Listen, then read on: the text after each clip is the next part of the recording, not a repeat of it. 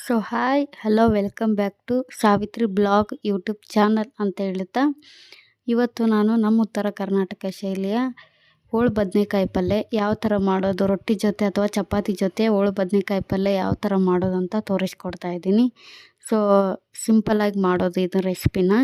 So ಯಾರು ನನ್ನ channel ಇನ್ನೂ ಸಬ್ಸ್ಕ್ರೈಬ್ ಮಾಡ್ಕೊಂಡಿಲ್ಲ ಸಬ್ಸ್ಕ್ರೈಬ್ ಮಾಡ್ಕೋರಿ, ಹಾಗೆ ಬೆಲ್ ಐಕಾನ್ನ ಪ್ರೆಸ್ ಮಾಡಿ ನನ್ನೆಲ್ಲ ವೀಡಿಯೋಸ್ಗಳನ್ನು ನೀವೇ ಮೊದಲು ನೋಡಬಹುದು. ಸೊ ನಾನಿವಾಗ ಗುಂಡು ಬದನೆಕಾಯಿನ ಉದ್ದುದ್ದಾಗಿ ಹೋಳು ಥರ ಅಂದರೆ ಒಂದೊಂದು ಪೀಸಾಗಿ ಕಟ್ ಮಾಡ್ಕೊಂಡಿದ್ದೀನಿ. ಕಟ್ ಮಾಡಿಬಿಟ್ಟು ನೀರಲ್ಲಿ ಈ ಥರ ನೀರು ಹಾಕ್ಬಿಟ್ಟು ಉಪ್ಪು ಹಾಕಿ ನೆನೆಸಿಟ್ರೆ ಈ ಥರ ನೆನೆಸಿಟ್ರೆ ಬದನೆಕಾಯಿ ಕಪ್ಪಾಗೋದಿಲ್ಲ. ಸೊ ಹಂಗೆ ಕಟ್ ಮಾಡಬೇಕಾದ್ರೆ ವೈಟಲ್ಲೇ ಇರುತ್ತೆ.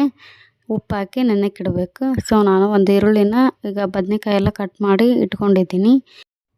ಇವಾಗ ಒಂದು ಈರುಳ್ಳಿನ ಕಟ್ ಮಾಡ್ಕೊತಾ ಇದ್ದೀನಿ, ಸಣ್ಣದಾಗಿ ಕಟ್ ಮಾಡ್ಕೊತಾ ಇದ್ದೀನಿ.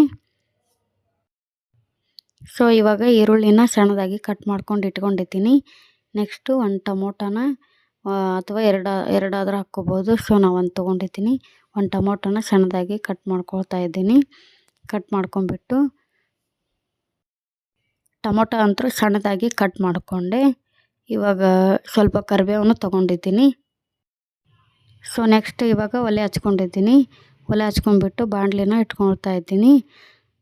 ಒಂದು 3-4 ಟೇಬಲ್ ಸ್ಪೂನಷ್ಟು ಆಯಿಲ್ ಹಾಕ್ಕೊಂಡಿದ್ದೀನಿ.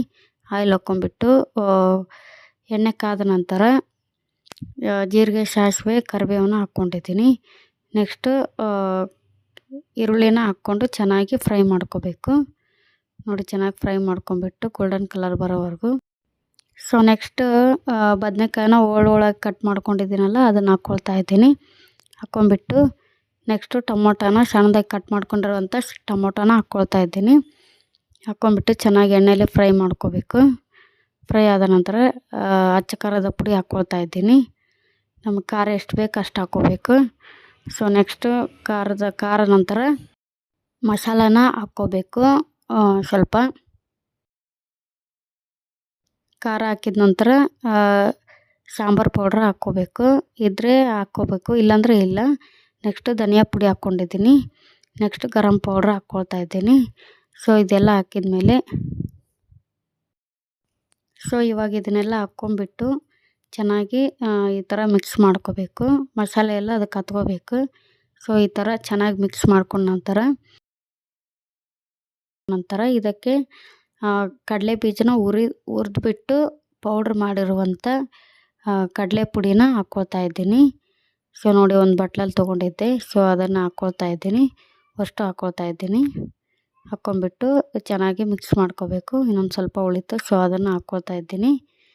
ನೆಕ್ಸ್ಟು ಇದನ್ನು ಹಾಕ್ಕೊಂಬಿಟ್ಟು ಚೆನ್ನಾಗಿ ಮಿಕ್ಸ್ ಮಾಡ್ಕೋಬೇಕು. ಉಳಿದಿರುವಂಥ ಶೇಂಗಾ ಪುಡಿನೂ ಹಾಕ್ಕೊಳ್ತಾ ಇದ್ದೀನಿ. ಸೊ ಹಾಕ್ಕೊಂಬಿಟ್ಟು ಚೆನ್ನಾಗಿ ಮಿಕ್ಸ್ ಮಾಡ್ಕೊಳ್ತಾ ಇದ್ದೀನಿ. ಮಿಕ್ಸ್ ಮಾಡಿದ ನಂತರ ಅದಕ್ಕೆ ರುಚಿಗೆ ತಕ್ಕಷ್ಟು ಉಪ್ಪನ್ನು ಹಾಕ್ಕೊಳ್ತಾ ಇದ್ದೀನಿ. ಉಪ್ಪು ಹಾಕಿದ ನಂತರ ಇದನ್ನು ಚೆನ್ನಾಗಿ ಮಿಕ್ಸ್ ಮಾಡಿಬಿಟ್ಟು ಒಂದು 2 ಮಿನಿಟ್ಸ್ ಮುಚ್ಚಳ ಮುಚ್ಚಬೇಕು. ಮುಚ್ಚಿದ ನಂತರ ಇದಕ್ಕೆ ಹಸೆಕಾಯಿ ಹಾಕಿದ್ರೂ ತುಂಬ ಚೆನ್ನಾಗಾಗುತ್ತೆ. ಸೊ ಇದು ಈ ಥರನೂ ಮಾಡ್ಕೋಬೋದು. ಸೊ ಹಂಗೂ ಮಾಡ್ಕೋಬೋದು. ಒಂದು 2 ಮಿನಿಟ್ಸ್ ಮುಚ್ಚಳನ ಮುಚ್ಚಿಬಿಟ್ಟು ಇಡ್ತೀನಿ. ಸೊ ಎಲ್ಲ ಚೆನ್ನಾಗಿ ಫ್ರೈ ಆಗಬೇಕು. ಸೊ ಅದಕ್ಕೆ ಮುಚ್ಚಿಬಿಟ್ಟು ಇಡ್ತೀನಿ.